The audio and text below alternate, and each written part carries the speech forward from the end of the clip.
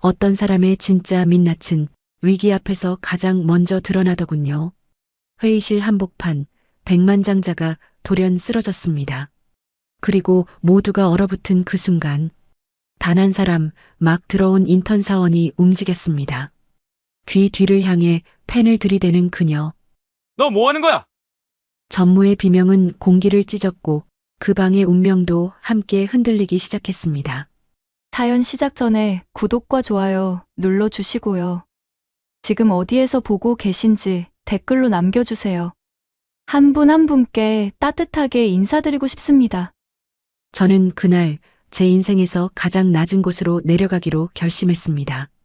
천혜그룹 본사 로비에 발을 들여놓는 순간 1년 전까지 하얀 가운을 입고 수술실에 섰던 제 모습은 완전히 지워졌어요. 27살 한서윤이라는 이름 석자 외에는 아무것도 증명할 수 없는 인턴 사원으로서의 첫 출근이었죠. 손끝이 미세하게 떨렸지만 저는 그걸 애써 무시하며 엘리베이터 버튼을 눌렀습니다. 38층 기획지원실. 그곳이 앞으로 제가 숨어 지낼 곳이었어요. 엘리베이터 문이 열리자마자 사무실 특유의 차가운 공기가 밀려왔습니다. 직원들은 각자의 모니터에 시선을 고정한 채 키보드 두드리는 소리만 규칙적으로 울려 퍼졌고 제가 문 앞에 서 있어도 고개를 드는 사람이 없었죠. 마치 투명 인간이 된 것 같았지만 사실 그건 익숙한 감각이었어요. 1년 전 병원을 떠나던 날에도 저는 그렇게 홀로 복도를 걸었으니까요. 안녕하세요. 오늘부터 기획지원실에서 인턴으로 근무하게 된 한서윤입니다. 제 목소리가 사무실에 퍼지자 몇몇 사람들이 힐끗 시선을 돌렸지만 그뿐이었습니다. 그때 구석 자리에서 한 남자가 의자를 밀며 일어났어요. 재무팀 오재영 대리라고 자기소개를 했는데 눈매가 가늘고 입꼬리가 살짝 올라가 있어서 웃는 것 같기도 하고 비웃는 것 같기도 했죠. 그가 저를 위아래로 훑어보더니 책상 위에 쌓인 서류 뭉치를 턱짓으로 가리켰습니다. 인턴? 저거 복사 좀 해. 30부씩. 이런 건 내가 하는 거야. 아무런 설명도 안내도 없이 던져진 첫 번째 업무였어요. 저는 속으로 한숨을 삼키며 서류 뭉치를 들어 올렸습니다. 무거웠지만 진짜 무거운 건 서류가 아니라 그 순간 제 가슴을 짓누르던 감정이었죠. 복사실로 향하는 복도에서 창밖으로 보이는 서울 시내를 내려다봤는데 38층 높이에서 보는 세상은 아득했고 사람들은 개미처럼 작았습니다. 1년 전만 해도 저는 저 아래 어딘가에서 환자의 생명을 손에 쥐고 있었어요. 응급실로 실려온 교통사고 환자의 열린 가슴, 터져나가는 피, 그리고 제 손끝에서 가까스로 이어지던 심장 박동. 그 모든 것이 지금은 꿈처럼 멀게 느껴졌습니다. 복사기가 웅웅거리며 종이를 뱉어내는 동안 저는 멍하니 서 있었는데 그때 사무실 쪽에서 갑자기 웅성거리는 소리가 들려왔어요. 회장님 오신다. 오늘 갑자기 시찰이래. 누군가의 외침에 복도 전체가 술렁거리기 시작했습니다. 정장 차림의 직원들이 바삐 움직였고 청소 담당 아주머니들은 급하게 복도 구석을 후쳤죠. 저도 서둘러 복사를 마치고 사무실로 돌아갔는데 분위기가 완전히 달라져 있었습니다. 오대리가 넥타이를 고쳐매며 소리쳤어요. 책상 정리해. 서류 치워. 인턴, 너 거기 서류 어디다 뒀어? 저는 막 복사를 끝낸 서류 뭉치를 들어보였고 그는 그걸 낚아채듯 가져가더니 제 손에 다른 문서를 쥐어줬습니다. 이건 캐비닛에 넣어둬, 빨리. 제가 그 문서를 받아들기도 전에 그는 이미 다른 곳으로 뛰어가고 있었죠. 회장이라는 단어가 사무실 전체를 긴장시키고 있었습니다. 저는 천혜그룹 회장이 누구인지 잘 몰랐어요. 입사 전에 인터넷으로 잠깐 검색해봤을 때 한도연이라는 이름과 함께 60대 중반의 날카로운 인상을 가진 남자 사진이 떴던 게 전부였죠. 재벌 총수, 냉철한 경영 스타일, 업계에서 두려움의 대상이라는 기사 제목들이 줄줄이 이어졌지만 저한테는 먼 세계의 이야기처럼 느껴졌습니다. 캐비닛에 문서를 넣으려는데 손이 미끄러져서 서류 몇 장이 바닥에 흩어졌어요. 허리를 숙여줍는 순간 누군가의 구두가 눈앞에 멈췄습니다. 올려다보니 처음 보는 남자였는데 단정한 양복에 은퇴 안경을 쓰고 있었고 명찰에는 기획실 장기훈 상무라고 적혀 있었죠. 그가 저를 내려다보며 입을 열었습니다. 인턴이야? 네, 오늘 첫 출근입니다. 제가 대답하자 그는 고개를 살짝 기울이며 저를 바라봤어요. 한서윤 이력서에서 본 것 같은데. 그 한마디에 등골이 서늘해졌습니다. 상무라는 사람이 왜 말단 인턴의 이력서를 기억하고 있는 걸까요? 혹시 전에 어디서 일했어? 그의 질문에 저는 심장이 덜컥 내려앉는 걸 느꼈습니다. 1년간의 공백, 그 전에 있었던 삼강대병원. 아무에게도 말하고 싶지 않은 과거가 순식간에 머릿속을 스쳤죠. 특별히 경력은 없습니다. 저는 애써 표정을 숨기며 대답했어요. 상무님은 잠시 저를 뚫어지게 바라보다가 의미심장한 미소를 지었습니다. 그래. 근데 손이 참 안정적이네. 그 말을 남기고 그는 회의실 쪽으로 걸어갔어요. 저는 한동안 그 자리에 얼어붙은 듯 서 있었습니다. 손이 안정적이라니 무슨 뜻이었을까요? 우연일까요? 아니면 뭔가를 알고 있는 걸까요? 생각할 틈도 없이 복도 끝이 소란스러워졌습니다. 보안 요원들이 먼저 나타났어요. 검은 정장을 입은 남자들이 양옆으로 늘어서더니 그 사이로 한 사람이 천천히 걸어왔습니다. 한도연 회장이었어요. 인터넷에서 봤던 것보다 훨씬 날카로운 인상이었고 걸음걸이 하나하나에 무게가 실려 있었죠.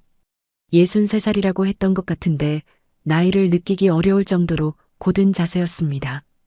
회장님이 지나가는 동안 모든 직원이 고개를 숙였고 공기가 얼어붙은 것처럼 조용해졌어요. 저도 본능적으로 시선을 낮췄는데 그때 이상한 장면이 눈에 들어왔습니다. 장기훈 상무님이 회장님 뒤를 따르며 걷고 있었는데 그 시선이 회장님의 등에 고정되어 있었어요. 충성스러운 부하의 눈빛이 아니었습니다. 뭐라고 표현해야 할까요? 마치 먹잇감을 노리는 짐승 같은 차가운 눈이었죠. 순간 소름이 돋았지만 저는 애써 그 생각을 지워버렸습니다. 첫날부터 쓸데없는 상상을 하면 안 된다고 저는 그냥 인턴일 뿐이라고 스스로를 다독였어요. 회의실 문이 닫히고 나서야 사무실에 다시 숨소리가 돌아왔습니다. 오대리는 넥타이를 풀며 자리에 털썩 앉았고 누군가 긴장됐네 하고 중얼거렸죠. 저도 긴장을 풀려고 했지만 좀처럼 가슴이 가라앉지 않았어요. 아까 상무님이 했던 말, 손이 참 안정적이네. 그 말이 자꾸 귓가에 맴돌았습니다. 그날 저녁 퇴근 시간이 지났는데도 저는 사무실에 남아 있었어요. 아무도 시키지 않았지만 정리할 서류가 남아 있었고 첫날부터 일찍 가면 인상이 좋지 않을 것 같았거든요. 텅 빈 사무실에서 혼자 서류를 분류하는데 창밖으로 서울의 야경이 보였습니다. 반짝이는 불빛들 사이로 1년 전의 기억이 스멀스멀 올라왔어요. 삼강대병원 외상센터, 제가 레지던트로 일했던 곳이었죠. 그곳에서 저는 사람의 생명을 살리는 법을 배웠고 동시에 사람의 마음이 얼마나 쉽게 부서지는지도 배웠습니다. 그날 밤 수술실에서 벌어진 일을 떠올리면 지금도 손끝이 차가워지지만 그건 아직 꺼내고 싶지 않은 이야기예요.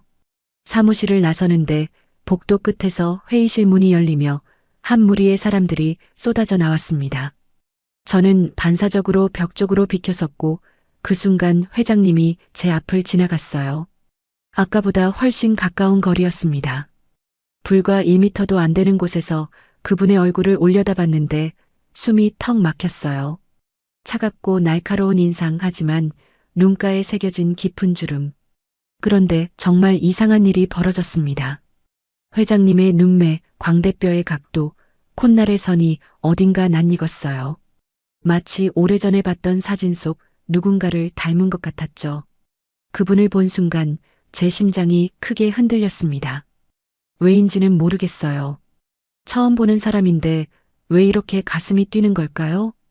그리고 왜 상무님은 저를 알아본 것처럼 말했을까요?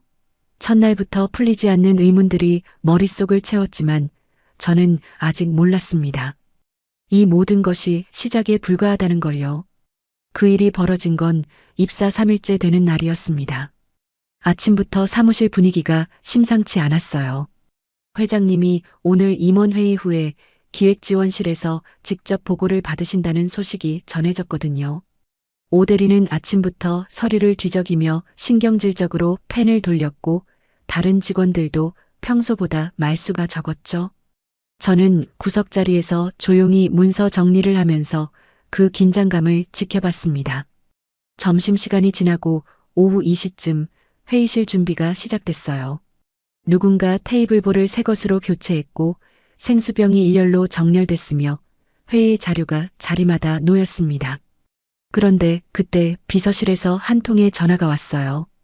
회장님께서 회의 후에 가벼운 다과를 원하신다고 디저트를 준비해 두라는 지시였죠. 그 말에 사무실이 술렁거렸습니다. 회장님이 직접 뭔가를 드시겠다는 건 흔한 일이 아니었거든요. 누가 준비하지? 오 대리가 주변을 둘러보며 물었어요. 아무도 대답하지 않았습니다. 서로 눈치만 보다가 결국 시선이 저한테 모였죠. 인턴, 내가 가서 사와. 뭘로요? 제가 되물었더니 그가 짜증스럽게 대답했습니다. 몰라, 적당히 고급스러운 거.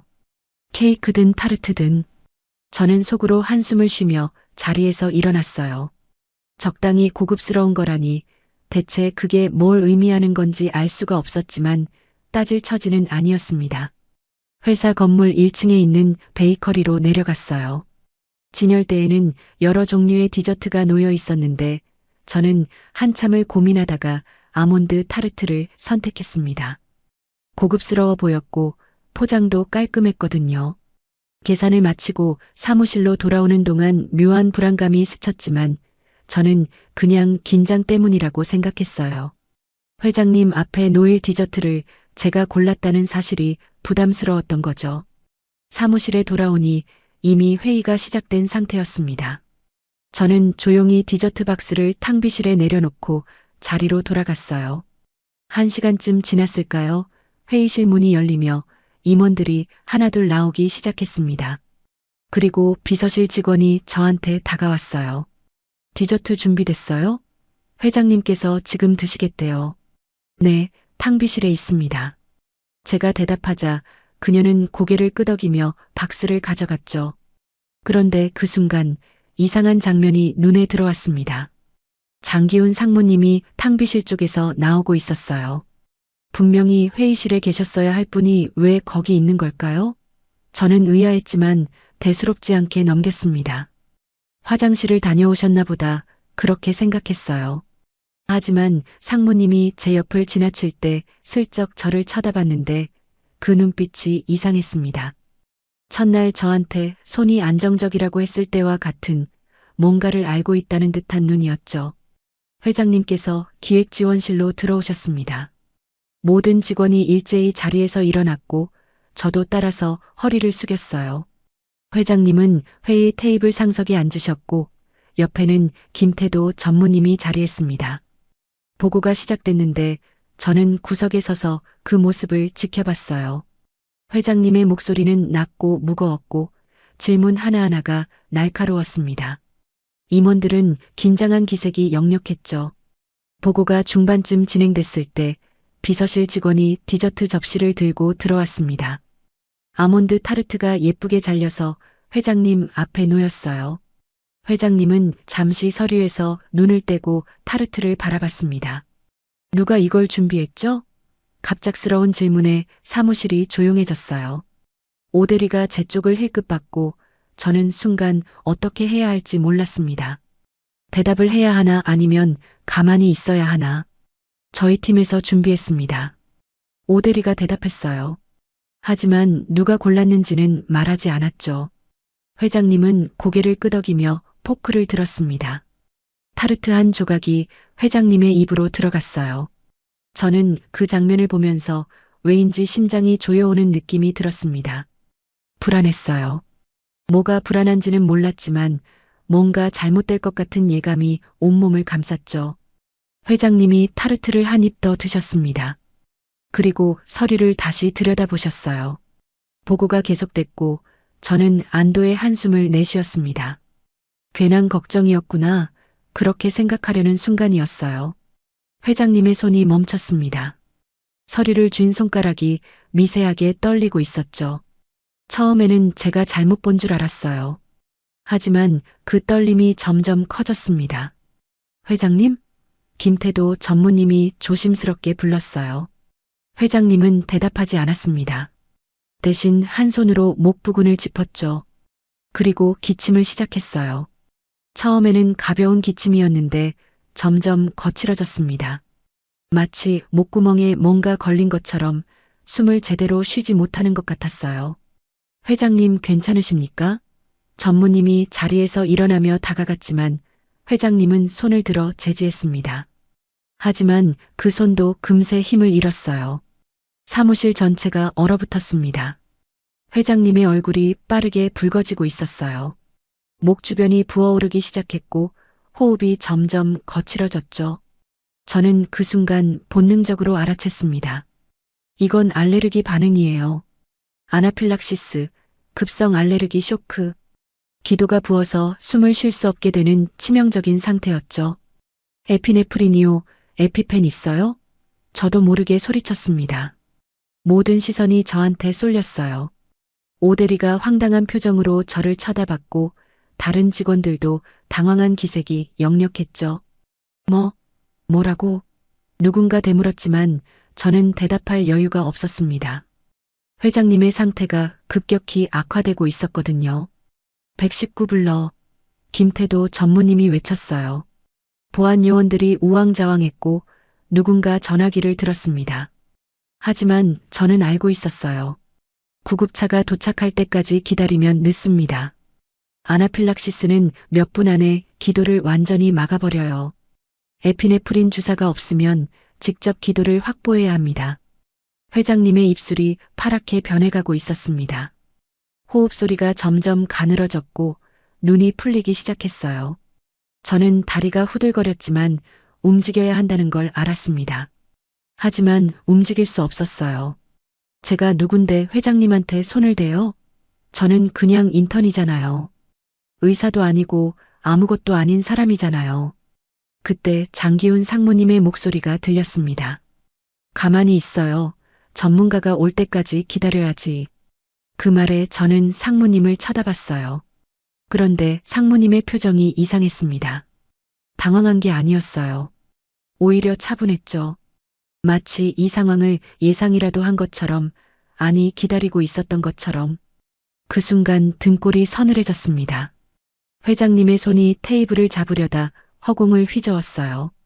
몸이 앞으로 기울어지고 있었습니다. 더 이상 시간이 없었어요. 저는 본능적으로 한 발 앞으로 나갔습니다. 제 안에서 뭔가가 깨어나고 있었어요. 1년 동안 숨겨왔던, 잊으려고 했던, 하지만 결코 사라지지 않았던 것. 사람을 살리는 손이었습니다. 그때였습니다. 회장님의 호흡이 완전히 멈췄어요.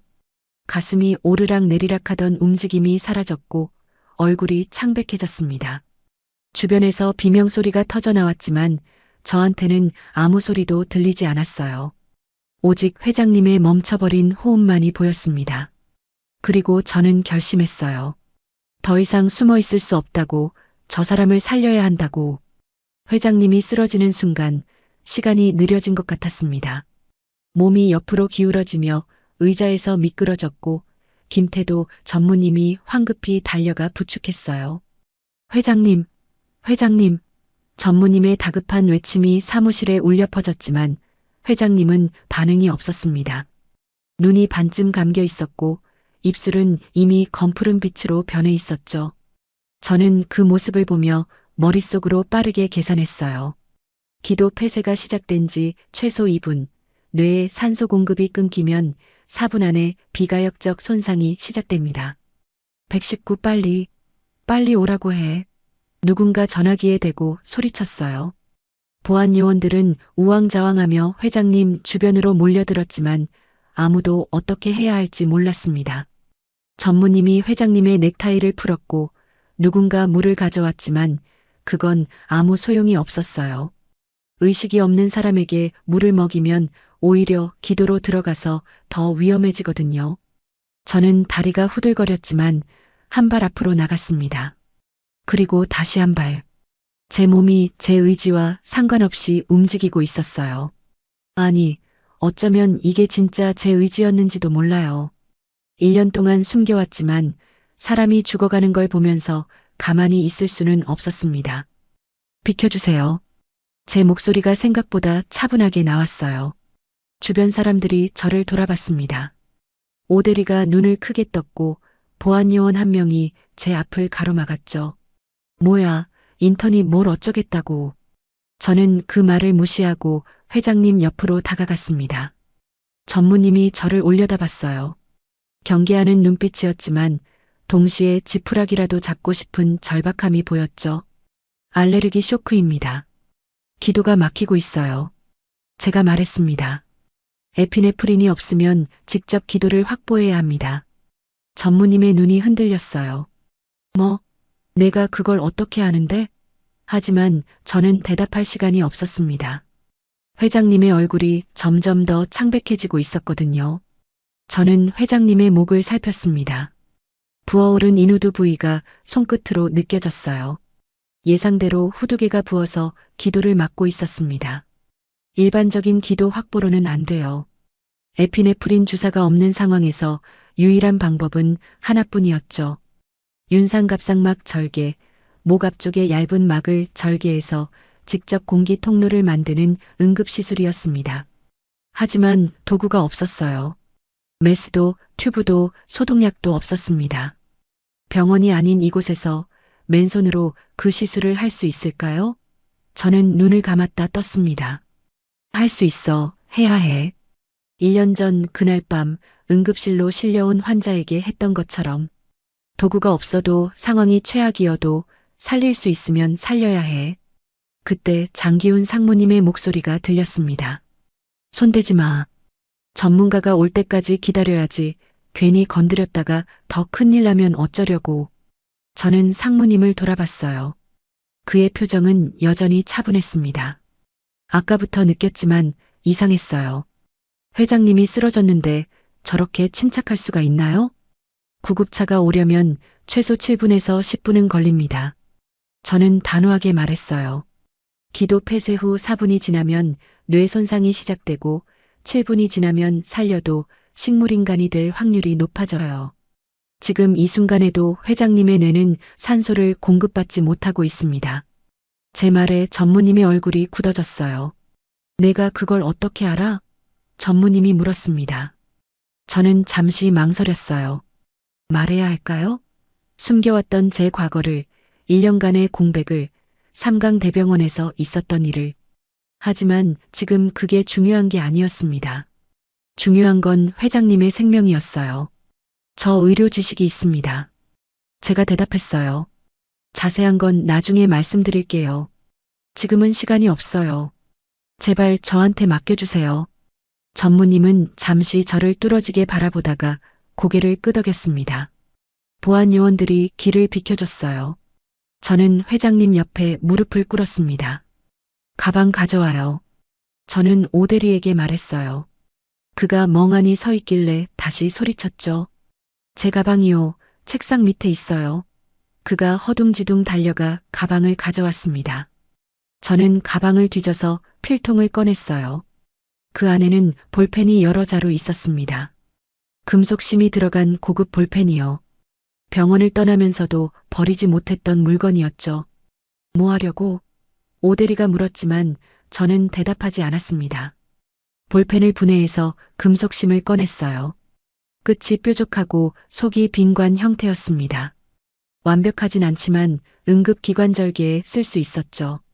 손이 떨렸지만 저는 심호흡을 했습니다. 떨리면 안 돼. 침착해야 해. 이 손은 사람을 살리는 손이야. 회장님의 목 앞쪽을 손가락으로 더듬었습니다. 갑상연골 아래, 윤상연골 위. 그 사이에 있는 얇은 막, 윤상갑상막을 찾았어요. 여기를 절개하면 기도로 직접 공기가 들어갈 수 있습니다. 하지만 잘못하면 대형 혈관을 건드릴 수 있어요. 집중해야 했습니다. 소독할 게 필요해요. 알코올이든 뭐든요. 제 말에 누군가 손 소독제를 내밀었습니다. 완벽하진 않지만 없는 것보단 나았어요. 저는 회장님의 목 부위에 소독제를 바르고 제 손에도 뿌렸습니다. 금속 심끝도 소독했죠. 주변이 조용해졌어요. 모두가 숨을 죽이고 저를 지켜보고 있었습니다. 저는 금속심을 쥔 손을 회장님의 목에 가져갔습니다. 심장이 미친 듯이 뛰었지만 손은 이상하게 차분했어요. 마치 1년 전 수술실에 서 있던 그때처럼 환자의 생명이 제 손에 달려 있다는 그 무게감이 오히려 저를 집중하게 만들었죠. 그때 장기훈 상무님이 앞으로 나섰습니다. 잠깐, 이건 너무 위험해. 인턴 따위가 회장님 목을 건드린다고? 책임질 수 있어? 저는 상무님을 올려다봤어요. 그의 눈이 차가웠습니다. 진심으로 회장님을 걱정하는 눈이 아니었어요. 오히려 제가 성공하는 걸 막으려는 것 같았죠. 책임은 제가 집니다. 저는 단호하게 말했어요. 하지만 지금 안 하면 회장님은 돌아가십니다. 길이 막혔습니다. 지금 안 하면 회장님은 죽습니다. 제가 그 말을 내뱉는 순간 사무실 전체가 얼어붙었습니다. 죽는다는 단어가 공기 중에 무겁게 내려앉았고 아무도 움직이지 않았어요. 장기훈 상무님의 얼굴이 살짝 일그러졌지만 저는 더 이상 그분을 신경 쓸 여유가 없었습니다. 회장님의 얼굴이 점점 더 어두운 빛으로 변해가고 있었거든요. 김태도 전무님의 목소리가 떨어졌어요. 책임은 내가 진다. 그 한마디에 주변의 웅성거림이 멈췄습니다. 상무님이 뭔가 말하려다 입을 다물었고 보안 요원들이 한 발 물러섰죠. 저는 전무님에게 고개를 끄덕이고 다시 회장님의 목에 집중했습니다. 손끝으로 윤상갑상막의 위치를 다시 확인했어요. 갑상연골의 아래쪽 가장자리, 윤상연골의 위쪽 가장자리. 그 사이 약 1cm 정도의 얇은 막. 여기를 정확히 절개해야 합니다. 조금만 빗나가도 대동맥이나 경정맥을 건드릴 수 있어요. 하지만 저는 이 시술을 해본 적이 있었습니다. 1년 전 삼강대병원 응급실에서요. 금속심을 쥔 제 손이 회장님의 목 위로 향했습니다. 심호흡을 한 번 하고 저는 뾰족한 끝을 막에 가져다 댔어요. 피부가 저항하는 느낌이 손끝으로 전해졌죠. 한 번에 들어가야 해. 주저하면 안 돼. 저는 적당한 힘을 주어 금속심을 밀어 넣었습니다. 뚫렸습니다. 피가 조금 흘러나왔지만 예상했던 정도였어요. 저는 금속심을 약간 기울여서 기도 쪽으로 방향을 잡았습니다. 그리고 입으로 심의 반대편 끝을 물고 강하게 불었어요. 공기가 금속심을 통해 회장님의 기도로 들어갔습니다. 한 번, 두 번, 세 번. 회장님의 가슴이 움직였어요. 미세하게 하지만 분명하게 오르락 내리락 했습니다. 숨이 들어가고 있는 거예요. 제가 소리쳤지만 아무도 대답하지 않았어요. 모두가 숨을 죽이고 지켜보고 있었죠.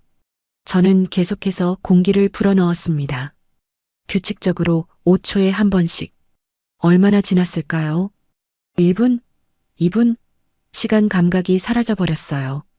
제 세계에는 오직 회장님의 가슴 움직임과 금속심을 통해 전해지는 공기의 흐름만 존재했습니다. 그러다 회장님의 눈꺼풀이 떨렸어요. 미세한 움직임이었지만 저는 놓치지 않았죠. 의식이 돌아오고 있어요. 에피네프린 가져왔습니다. 누군가 외치는 소리가 들렸어요. 돌아보니 보안팀 직원 하나가 구급 키트를 들고 뛰어오고 있었습니다. 아까 다른 층 의무실에서 가져온 것 같았죠. 저는 재빨리 키트를 열어 에피네프린 주사기를 찾았어요. 있었습니다.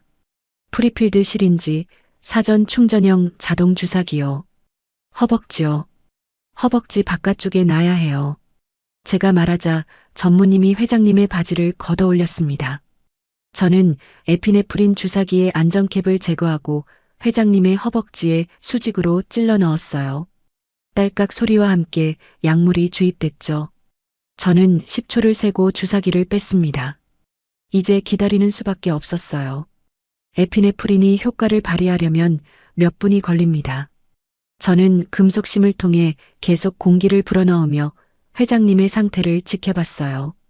목 부위의 부기가 조금씩 가라앉는 게 느껴졌습니다. 입술의 청색증도 옅어지고 있었죠. 그때 회장님의 눈이 떠졌습니다. 초점 없이 허공을 헤매던 눈동자가 천천히 움직이더니 저를 향해 멈췄어요. 저는 금속심에서 입을 떼고 회장님을 바라봤습니다. 회장님 들리세요?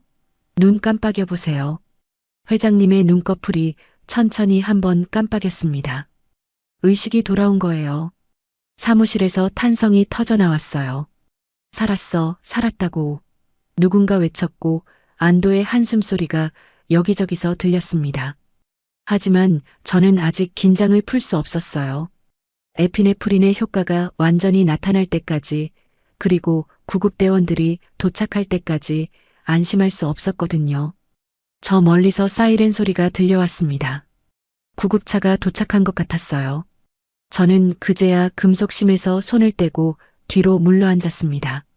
온몸에 힘이 빠졌어요. 손이 떨리기 시작했고 심장이 미친 듯이 뛰었죠.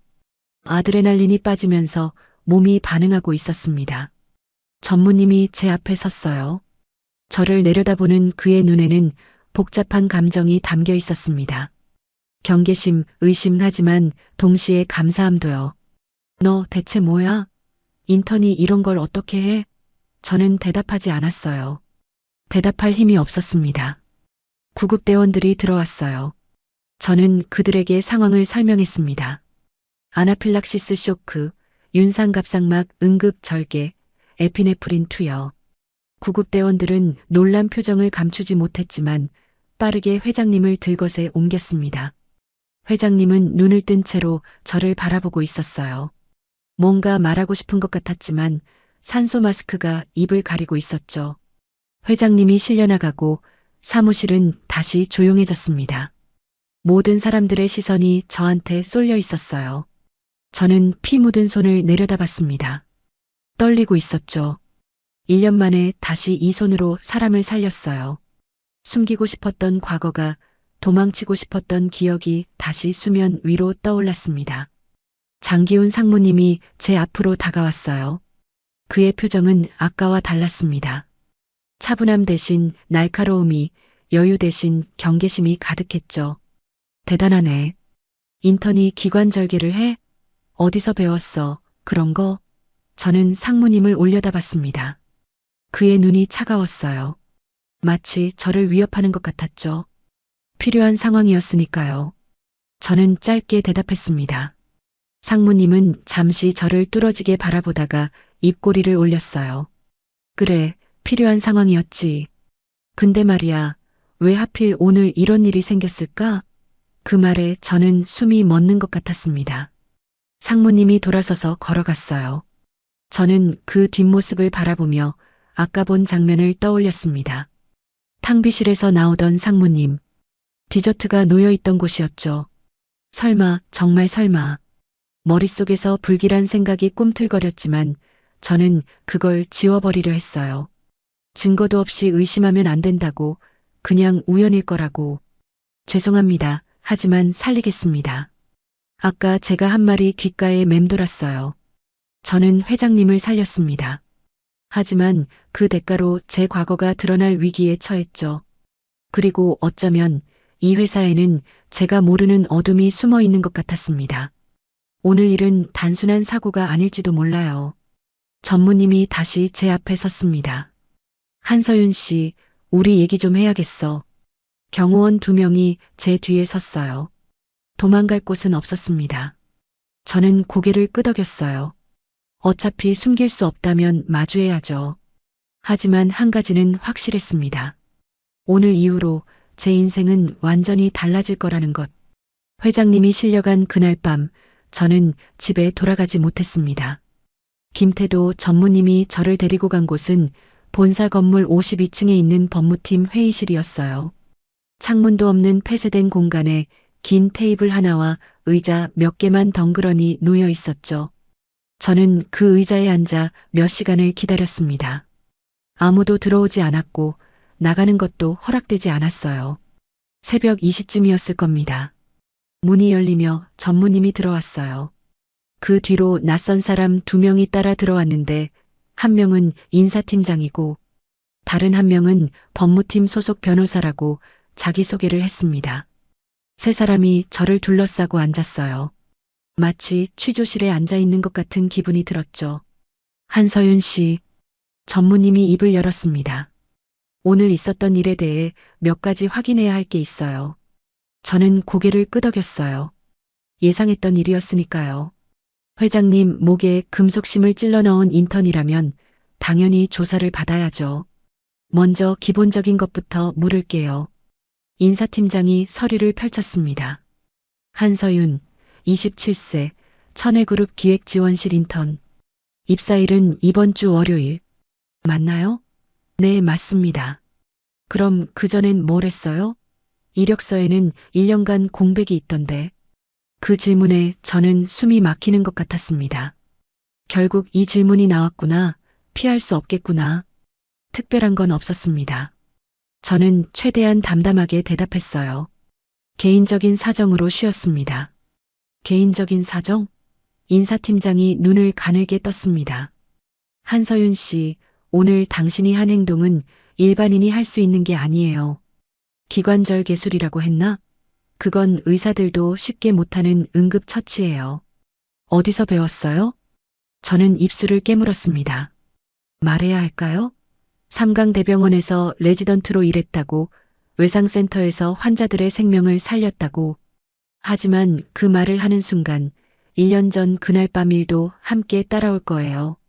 제가 왜 병원을 떠났는지, 무슨 일이 있었는지 아직 준비가 되지 않았어요.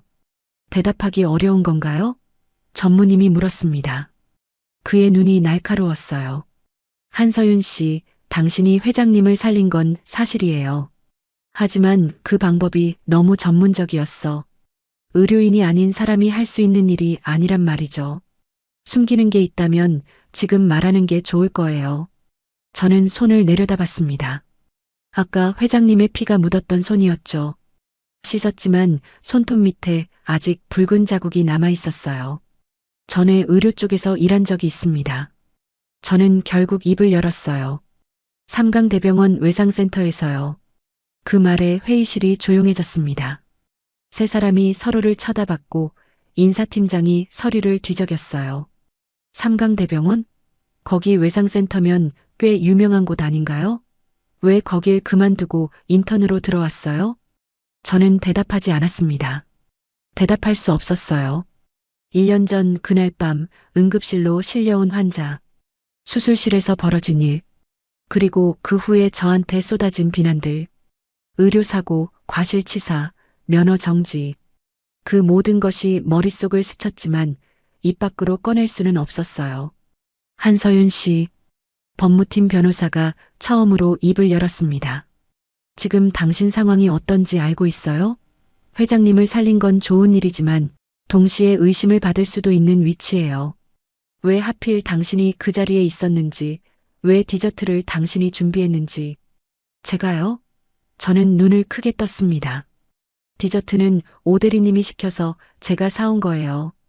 그게 왜? 변호사가 테이블 위에 사진 한 장을 내려놓았습니다. 베이커리에서 찍힌 CCTV 화면이었어요. 제가 타르트를 고르는 장면이 선명하게 찍혀 있었죠.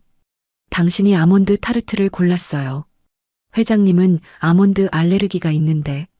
저는 심장이 쿵 하고 내려앉는 걸 느꼈습니다. 몰랐어요. 저는 정말 몰랐어요. 제 목소리가 떨렸습니다. 누구도 회장님 알레르기에 대해 말해준 적 없어요. 그걸 우리가 어떻게 믿죠? 인사팀장이 말했습니다. 당신은 의료 지식이 있는 사람이에요. 알레르기 반응이 뭔지, 어떻게 치료하는지 알고 있잖아요. 혹시 일부러 그런 거 아니에요? 회장님을 위험에 빠뜨리고 직접 살려서 영웅이 되려고? 그 말에 저는 할 말을 잃었습니다. 너무 황당해서요. 제가 왜 그런 짓을 해요? 저는 그냥 인턴이에요. 회장님한테 아무런 원한도 없고 얻을 것도 없어요. 하지만 그들의 눈은 차가웠습니다. 이미 저를 의심하고 있었어요. 조사는 계속됐습니다. 같은 질문이 반복됐고 저는 같은 대답을 되풀이했어요. 아몬드 알레르기를 몰랐다고, 디저트는 시켜서 사온 거라고, 회장님을 살린 건 본능적인 행동이었다고. 하지만 그들은 믿지 않는 것 같았습니다. 아니, 믿고 싶지 않은 것 같았어요. 창밖이 밝아올 무렵 전무님이 자리에서 일어났습니다. 오늘은 여기까지 하죠. 근데 한서윤 씨, 당분간 출근하지 마세요.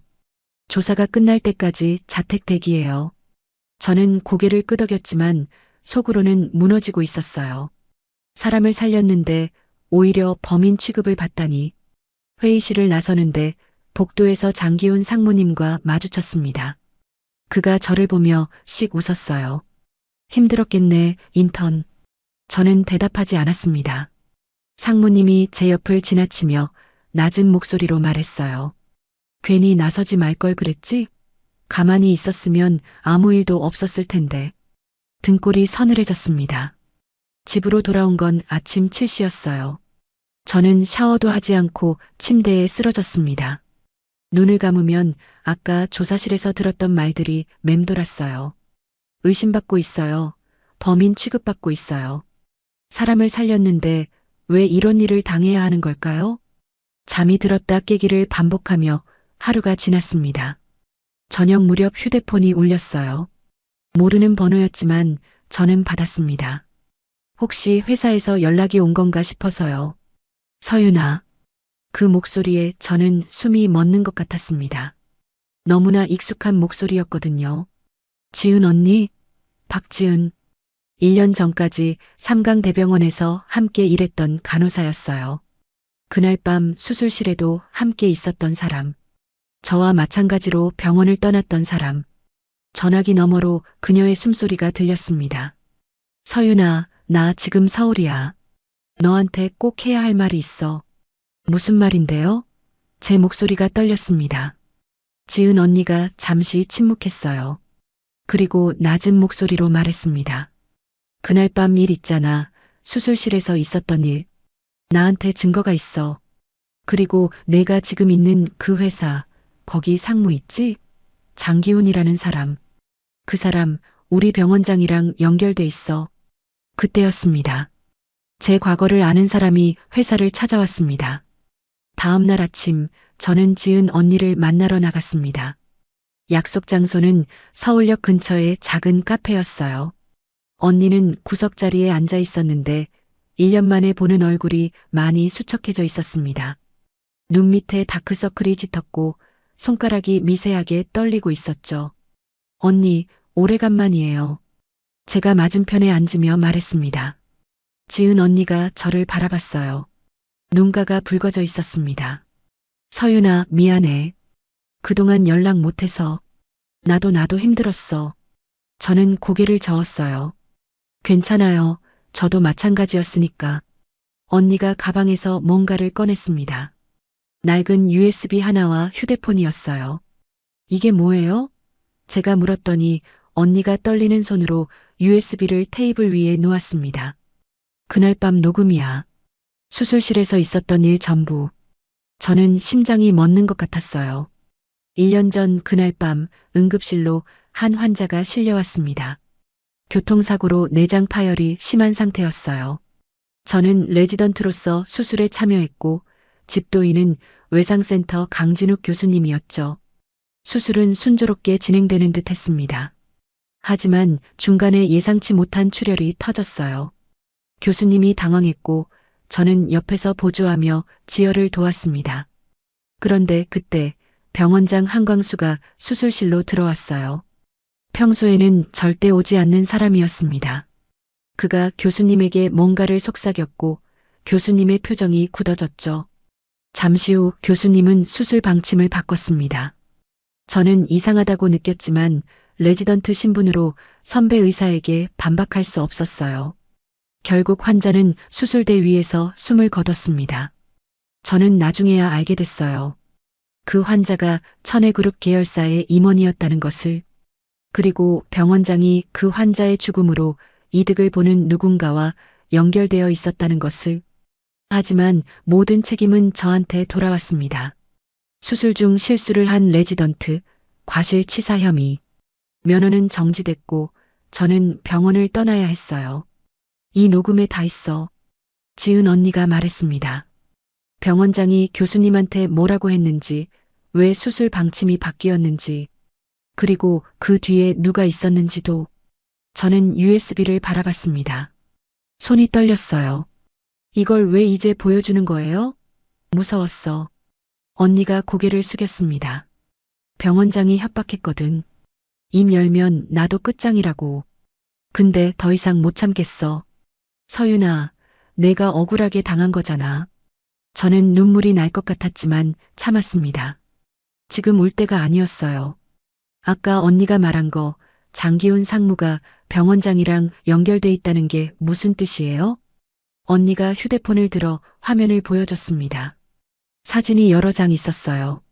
장기훈 상무와 한광수 병원장이 함께 찍힌 사진들이었죠.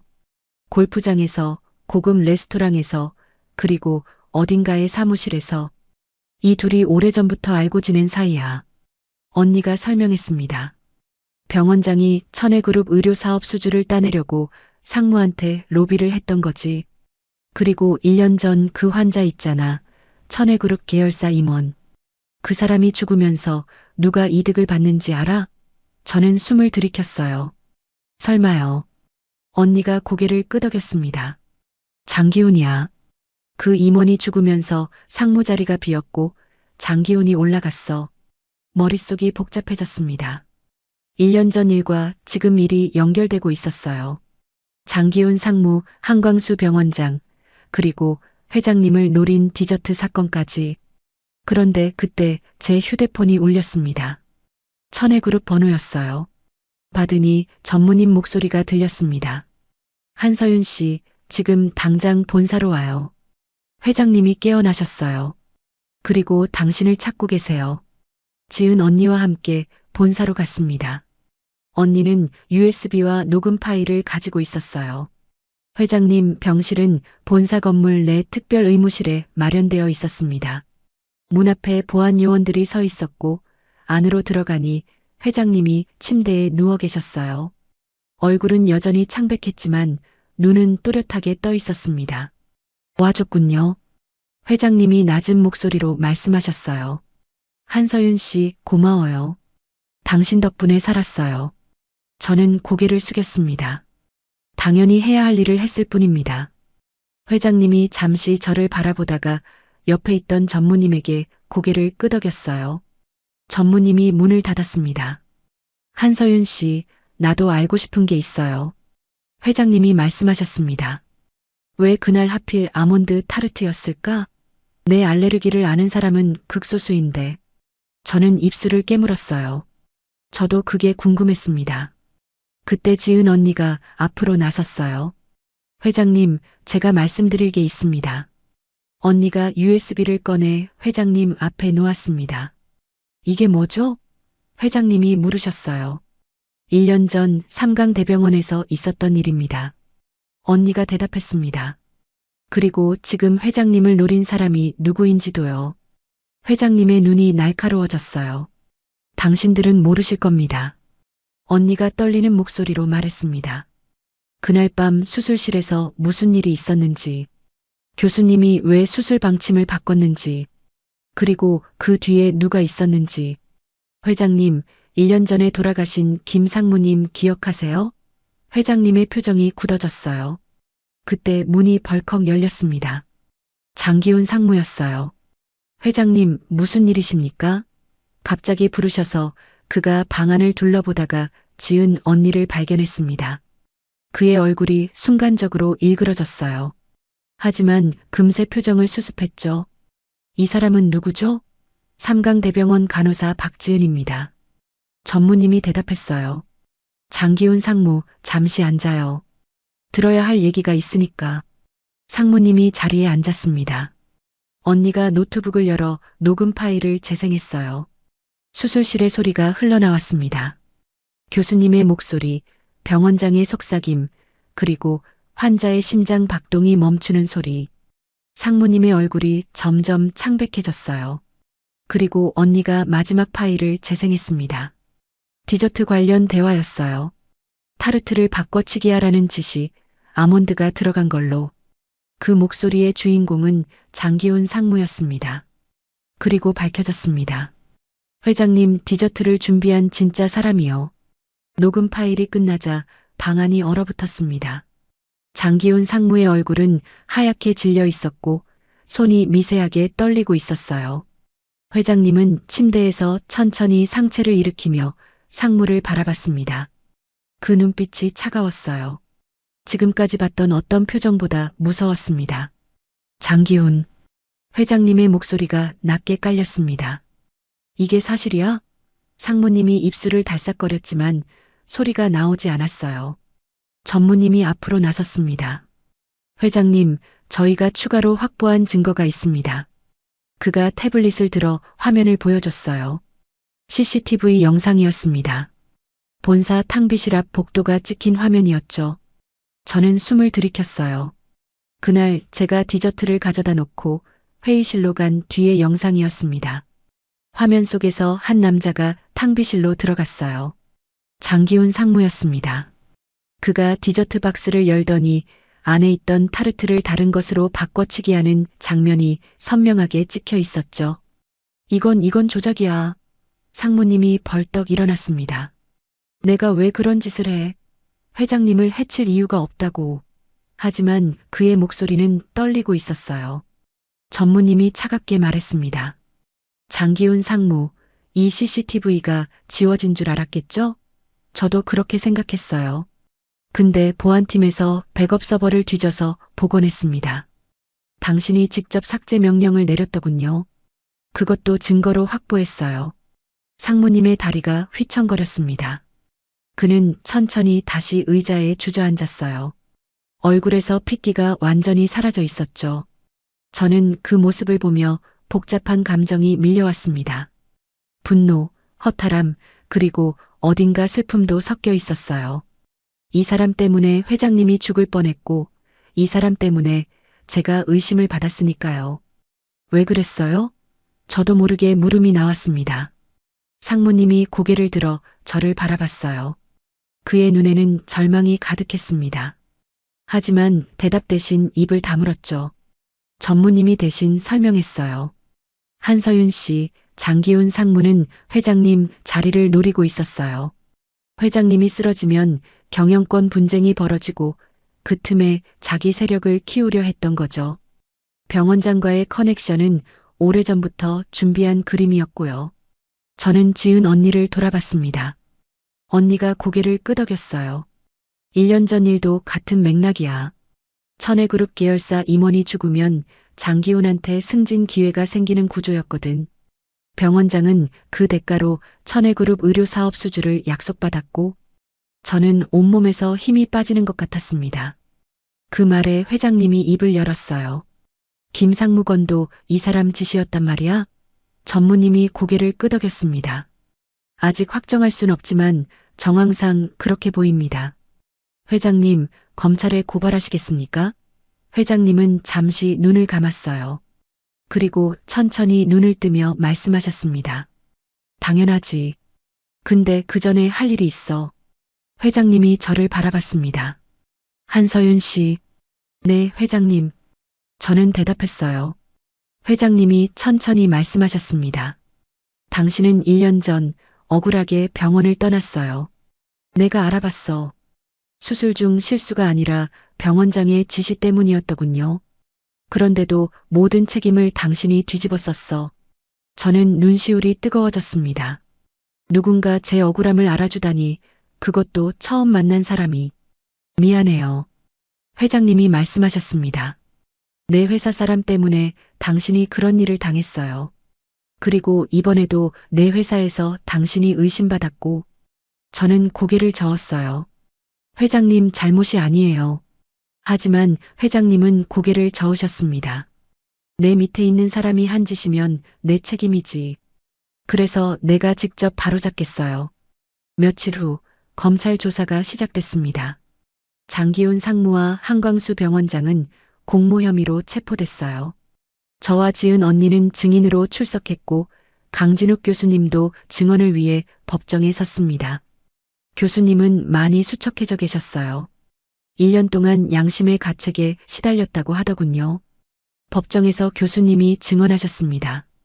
그날 밤 병원장이 수술실에 들어와서 환자를 살리지 말라고 했다고, 살리면 자기 목숨도 없을 거라고 협박했다고. 교수님은 두려움에 굴복했고 결과적으로 환자는 사망했어요. 그리고 그 책임을 저한테 떠넘긴 것이었죠. 증언이 끝나고 교수님이 저한테 다가왔습니다. 안 선생. 교수님의 목소리가 떨렸어요. 미안하네. 자네를 지키지 못해서. 저는 아무 말도 하지 않았습니다. 용서할 수 있는지 아직 모르겠어요. 하지만 적어도 진실이 밝혀졌다는 사실이 중요했습니다. 재판이 진행되는 동안 저는 법정 한쪽에 앉아 모든 것을 지켜봤어요. 장기훈 상무가 결국 무릎을 꿇는 순간이 왔습니다. 검찰이 제시한 증거 앞에서 더 이상 부인할 수 없었던 거죠. 모든 걸 인정하겠습니다. 그가 고개를 숙이며 말했을 때 저는 뭔가 큰 덩어리가 가슴에서 떨어져 나가는 느낌이 들었어요. 그때 법정 문이 열렸습니다. 웅성거리는 소리가 퍼졌고 저는 고개를 돌렸어요. 한도연 회장님이 들어오고 계셨습니다. 아직 완전히 회복되지 않은 몸으로 휠체어에 앉아서요. 하지만 눈빛은 여전히 날카로웠습니다. 회장님이 증인석으로 향했어요. 모든 사람의 시선이 그분에게 집중됐습니다. 회장님이 저를 바라봤어요. 그리고 마이크 앞에서 입을 열었습니다. 한서윤 씨는 제 목숨을 구한 사람입니다. 그리고 이 자리에서 분명히 말하겠습니다. 이 사람은 1년 전에도 결백했고 지금도 결백합니다. 모든 책임은 제 회사에 있던 장기훈과 그와 공모한 자들에게 있습니다. 법정이 조용해졌어요. 저는 눈물이 흐르는 걸 느꼈지만 닦지 않았습니다. 회장님이 계속 말씀하셨어요. 그리고 저는 한서윤 씨의 명예를 회복시킬 것이며 그동안 입은 피해에 대해 책임지겠습니다. 그 순간 회장님의 한마디가 제 인생을 완전히 바꿨습니다. 재판이 끝난 후 저는 한동안 아무것도 하지 못했습니다. 장기훈 상무와 한광수 병원장은 실형을 선고받았고 1년 전 사건도 재조사에 들어갔어요. 저는 모든 혐의에서 벗어났고 의사 면허도 곧 회복될 예정이었습니다. 하지만 이상하게 기쁘지 않았어요. 그동안 억눌렀던 감정들이 한꺼번에 밀려와서 매일 밤 울다 지쳐 잠드는 날들이 이어졌죠. 어느 날 오후 저는 삼강대병원을 찾아갔습니다. 1년 만에 다시 밟는 그곳이었어요. 병원 정문을 지나 응급실 쪽으로 걸었습니다. 예전에 매일 드나들던 길이었지만 이젠 낯설게 느껴졌어요. 저는 응급실을 지나쳐 옥상으로 향했습니다. 예전에 힘들 때마다 올라가던 곳이었죠. 옥상 문을 열자 차가운 바람이 얼굴을 스쳤습니다. 저는 난간에 기대어 서울 시내를 내려다봤어요. 해가 지고 있었습니다. 하늘이 주황색과 보라색으로 물들어가고 있었죠. 1년 전에도 이렇게 하늘을 바라봤어요. 그땐 모든 게 끝났다고 생각했는데 이제 다시 시작할 수 있게 됐습니다. 눈물이 흘렀습니다. 이번엔 슬픔이 아니라 안도의 눈물이었어요. 1년간 혼자 견뎌왔던 무게가 조금씩 내려가는 느낌이 들었습니다. 그래도 여전히 빈자리가 있었어요. 수술대 위에서 떠나보낸 환자, 지키지 못한 생명. 그 무게는 평생 안고 가야 할 것 같았습니다. 서윤 씨? 뒤에서 목소리가 들렸어요. 돌아보니 한도연 회장님이 서 계셨습니다. 휠체어가 아니라 지팡이를 짚고 계셨어요. 많이 회복되신 것 같았습니다. 회장님, 여긴 어떻게 제가 놀라서 물었더니 회장님이 옅게 웃으셨어요. 병원에 검진받으러 왔다가 여기 있을 것 같아서 찾아왔어요. 회장님이 제 옆에 나란히 서셨습니다. 함께 하늘을 바라봤어요. 한동안 아무 말 없이 그렇게 서 있었습니다. 바람이 차가웠지만 이상하게 춥지 않았어요. 울었군요. 회장님이 말씀하셨습니다. 저는 얼른 손등으로 눈물을 닦았어요. 죄송합니다. 회장님 앞에서 이런 모습을 회장님이 고개를 저으셨습니다. 아니에요. 울어도 돼요. 당신은 1년 동안 많이 참았잖아요. 그 말에 다시 눈물이 났습니다. 저는 난간을 붙잡고 고개를 숙였어요. 목이 메어서 말이 나오지 않았습니다. 회장님은 아무 말 없이 제 옆에 서 계셨어요. 그 침묵이 오히려 위로가 됐습니다. 한참 후에 저는 겨우 입을 열었어요. 회장님, 저 사실 무서웠어요. 제 손이 이 손으로 사람을 살리는 게 무서웠어요. 1년 전에 제 손으로 살리지 못한 사람이 있었으니까요. 그래서 도망쳤어요. 의사라는 직업에서, 수술실에서, 저 자신에게서. 회장님이 천천히 고개를 끄덕였습니다. 알아요. 그런데 서윤 씨, 당신은 그래도 도망치지 않았어요. 그날 내가 쓰러졌을 때 당신은 손을 내밀었잖아요. 모든 게 두려웠을 텐데 그래도 나를 살렸잖아요. 저는 제 손을 내려다봤습니다. 회장님 목에 금속심을 찔러 넣었던 손, 떨리면서도 멈추지 않았던 손. 그래요, 저는 그때 선택했어요. 두려움 대신 사람을 살리겠다고 회장님이 말씀하셨습니다. 서윤 씨, 나한테 제안이 있어요. 저는 고개를 들어 회장님을 바라봤습니다. 천혜그룹의 의료 고문 자리를 만들려고 해요. 그룹 직원들의 건강을 관리하고 응급 상황에 대응하는 전담 의료진이요. 당신이 그 자리를 맡아줬으면 해요. 저요? 저는 놀라서 되물었어요. 회장님이 고개를 끄덕였습니다. 당신만큼 적합한 사람이 없어요. 실력도 있고 판단력도 있고 무엇보다 사람을 살리겠다는 마음이 있잖아요. 물론 강요는 아니에요. 당신이 다시 병원으로 돌아가고 싶다면 그것도 지원할 거예요. 저는 한동안 말이 나오지 않았습니다. 1년 전에는 모든 게 끝났다고 생각했어요. 의사로서의 미래, 사람을 살리겠다는 꿈, 전부 다. 그런데 지금 누군가가 저한테 다시 기회를 주고 있었습니다. 생각할 시간이 필요해요. 저는 솔직하게 말했어요. 회장님이 미소 지으셨습니다. 당연하죠. 천천히 결정해요. 어떤 선택을 하든 당신을 지지할 거예요. 회장님이 먼저 옥상을 떠나셨습니다. 저는 그 뒷모습을 바라보다가 다시 하늘을 올려다봤어요. 해가 완전히 지고 별이 하나둘 떠오르고 있었습니다. 마음이 조금씩 가벼워지는 느낌이 들었어요. 일주일 후 저는 결정을 내렸습니다. 천혜그룹 의료 고문직을 수락하기로 했어요. 병원으로 돌아가는 것도 생각했지만 지금은 이 길이 맞다고 느꼈습니다. 제 손으로 직접 사람을 살리면서 동시에 1년 전 일을 바로잡는 데 기여할 수 있으니까요. 발령 첫날 저는 새 사무실에서 하얀 가운을 꺼내 들었습니다. 1년 만에 다시 입는 의사 가운이었어요. 거울에 비친 제 모습을 바라봤습니다. 예전의 저와는 달라 보였어요. 상처가 있었지만 그만큼 단단해진 것 같았습니다. 사무실 문이 열렸어요. 지은 언니가 들어왔습니다. 언니도 제 팀에 합류하기로 했거든요. 서윤아, 첫 출근 축하해. 언니가 꽃다발을 건네며 웃었어요. 고마워요, 언니. 저도 웃음이 나왔습니다. 오랜만에 짓는 진심 어린 미소였어요.